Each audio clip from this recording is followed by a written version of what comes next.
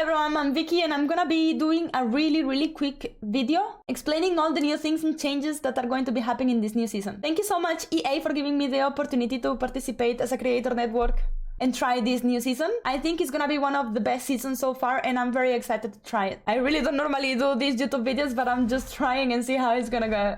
So I hope you really guys enjoy. If you like the video, please subscribe, hit the like button and activate the notifications for more content. So I'm gonna start with the new legend classes. There are 5 classes in total and all these classes have different perks. First, we have the assault class, who are these champions that give combat initiation utility and they do make combat decisions. These are the legends that they give an opening advantage to begin a fight or to start an assault to the enemy team. These legends will be Ash, Fuse Magi, Bangalore and Revenant. The perk for this class is that there will be some red supply bins and they will have a hidden shelf which will provide valuable weapon attachments according to the weapons that you or your teammates are using. And the assault legends, they will also be allowed to carry extra ammo on their inventory. Then we will have the skirmishers, who are basically the movement legends. They give combat mobility and mobility options. They do have clever escape tactics and they can easily get in or out of the fight. These legends are Path, Horizon, Octane, Volk, Wraith and Mirage. The perk for the skirmisher is that they are able to spot what is inside of the care package from a far distance and they can see the most valuable item inside it. They are also able to ping what's inside the care package and the most valuable item and if it has been taken or not. Then very simple, we have the recon characters, who are these characters who give enemy intel or tracking, such as Bloodhound, Krypton Seer. The perk for the recon is that scanning the beacon will not longer give you the ring information, but instead, the modified beacon will give you the enemy position for 30 seconds. All the nearby enemies will get notified when the beacon is scanned. Then we have the controllers, who are Caustic, Watson, Rampart and Catalyst. These legends are able to set up and control a specific area. They can control the positioning and force the enemy with their own abilities to fight in their terms, and that's what your team can take advantage of. The controller perks is very similar to the recon ones, but at the same time very different because they will have a different beacon which will be called the ring console, which will reveal the next ring position. But remember, Pathfinder does not scan the beacon anymore because it's a skirmisher.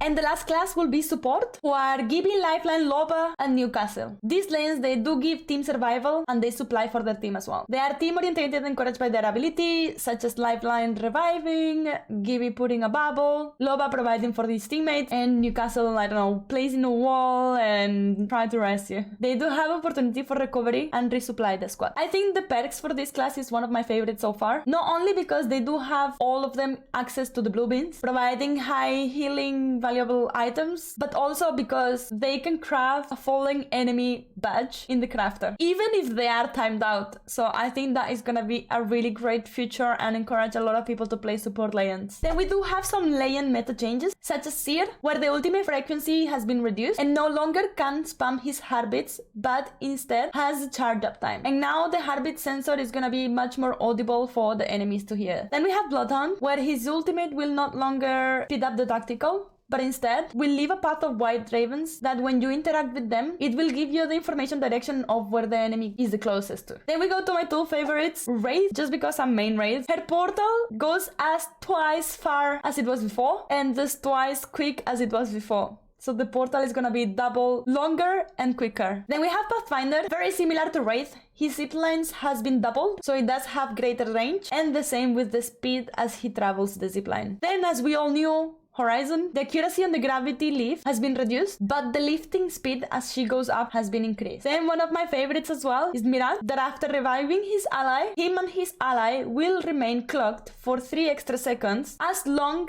as they are unarmed. As soon as you put your weapon out, if you put your weapon out straight away, they will see you. So you have 3 extra seconds to run away in case you are in a bad position. And as well, when an enemy bamboozle is shot, it will mark it down so your teammates can spot it much easier. And lastly, we will have Lifeline, where now the opening of the blue beans is a perk for the whole support category, but she has been reduced the slow penalty when she activates the revive, and the speed of the care package has been increased, so it's gonna fall much quicker than before, and the range as well. Then we will find the new weapon, and the new weapon changes Starting with the Nemesis, which is an automatic burst energy assault rifle, and it's gonna be the competition for the R301 and the flatline. It does have 4 bullets per round, a reduced delay in between bursts, and it will begin with 20 ammo if you have no mag. Then huge change for the shotguns, because now you will find the gold shotgun bolts, that it will reload a full shotgun shell from your backpack to the weapon as you're sliding in it.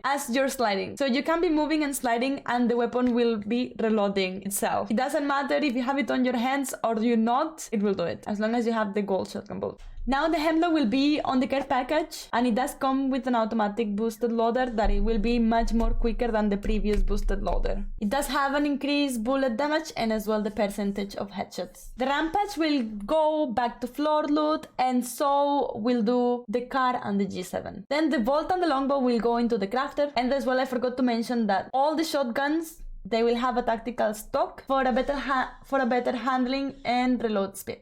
Then all the assault rifles have been nerfed in a sort of way, because now the bullet spread, it will be wider while hip firing, including the change for the R301 as well. I forgot to say that the bullet damage, it goes from 14 per bullet to 13 per bullet. It's not a huge change, so I don't think that is a massive change. I think the hip fire is gonna be a bit more difficult. Now it's kind of forcing you to use your secondary weapon instead for a close range, and maybe try to use the assault rifle as a mid-long range.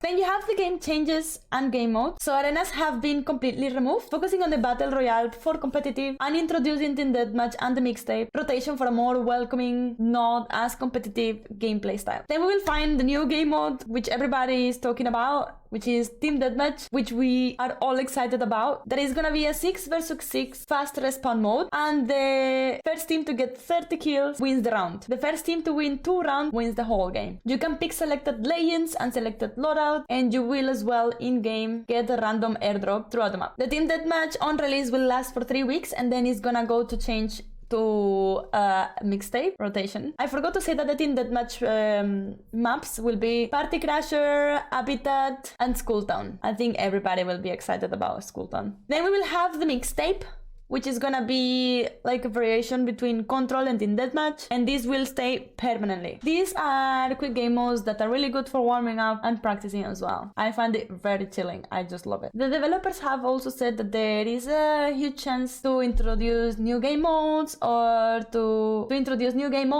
changing it throughout the seasons. Then lastly, we have the orientation matches, which will be for beginners. These orientation matches will take place in Kings Canyon, and half of the squads will be regular, just barely new players, and the other half of the squads will be bot squads. You will never be in a team with a bot, you will always be in a team with a person with your same base level. And for very last, my favorite, we have the mapper rotations, who will be Storm Points and World's Edge. Very exciting, but sad that it's not gonna be Olympus. Including as well the rotation to ranked matches. This means that ranked matches will not longer be half of the split in one map, half of the split in another map, but it will be in both of the map, because they will change every 24 hours. Let's go now to the fighting range. I'm excited to try all these new features, and as well there is gonna be a new fighting range. So now, as you can see, on the top right corner you will have like this little display who will tell you if the friendly fire is on or off, and as well you will have access to infinite weapon reload. So basically you don't need to reload anymore, you can just put it in infinite and no need to worry about you running out of ammo. So to customize the range, we just need to press tab, and over here you can see the dynamic stacks, if you want them on or off, on the top right of your corner. If you want the infinite weapon reloads or not, I will put on the hit markers. They basically show you your stats every time if you do damage or not. The strafe speed, I will put it on random, so we see how the damage will be moving. The shield level, I'm gonna put mythic, so we have some sort of difficulty here. They can crouch, I will activate it. They can stand, I will activate it. The random intervals, the random intervals is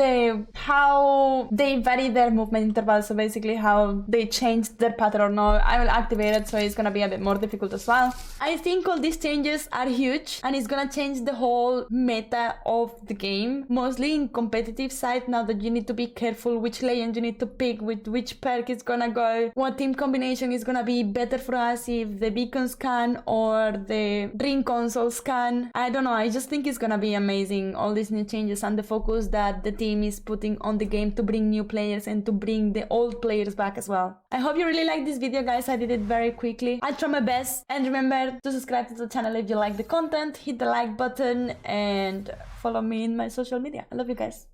Bye.